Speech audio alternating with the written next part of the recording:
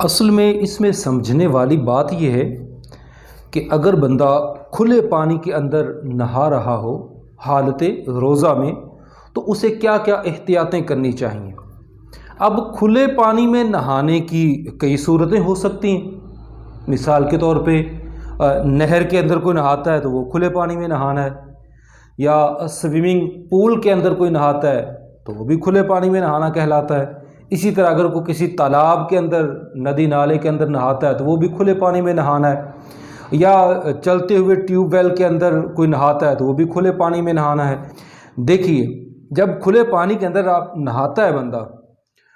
तो उसमें बाद औक़ात ये होता है कि कई दोस्त इकट्ठे नहा रहे होते हैं। मसलन ट्यूबवेल के अंदर वो जनाब एक नल में प्रेशर के साथ पानी आ रहा होता है, और आगे जहाँ पानी जमा होता है वहाँ काफ़ी दोस्त इकट्ठे होकर नहा रहे होते हैं, या नहर के अंदर दोस्त मिल के नहाते हैं, या स्विमिंग पूल के अंदर दोस्त मिल के नहाते हैं, तालाब के अंदर नहाते हैं। तो होता क्या है कि वहाँ एक दूसरे के साथ मस्ती करते हुए वो कभी किसी का सर दबाते हैं, कभी किसी को पानी के अंदर खींचते हैं, कभी किसी को गोते देने की कोशिश करते हैं। ऐसी सूरत हाल में हालत रोज़ा हो तो मज़ीद एहतियात ये की जाए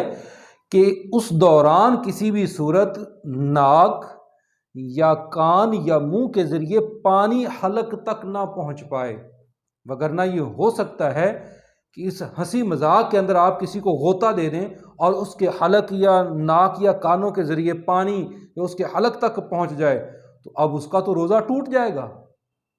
या अगर कोई दूसरा नहीं भी गोता दिलाता, खुद ही बंदा वो जैसे ट्यूबवेल का वो नल होता है उसके प्रेशर के साथ पानी आ रहा होता है, अब उसके नीचे बंदा सर करके बैठ जाता है। अब अगर उस दौरान उसके नाक के ज़रिए या मुंह के ज़रिए या कानों के ज़रिए पानी हलक तक पहुंचता है तो रोज़ा टूट जाएगा। अब चूंकि ये हलक, कान और नाक, इनका सुराख एक है गले के अंदर।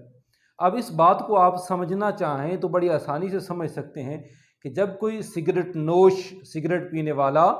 और सिगरेट पीता है तो वो क्या करता है कि वो मुंह से खींचता है सिगरेट का धुआं और नाक से बाहर निकाल रहा होता है।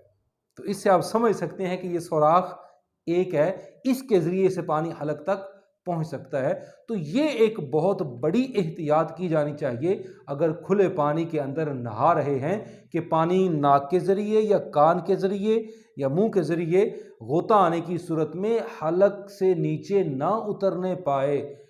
तो फिर तो दुरुस्त है, नहा सकते हैं। अगर वो हलक से नीचे उतरेगा तो अब वो रोज़ा टूट जाए।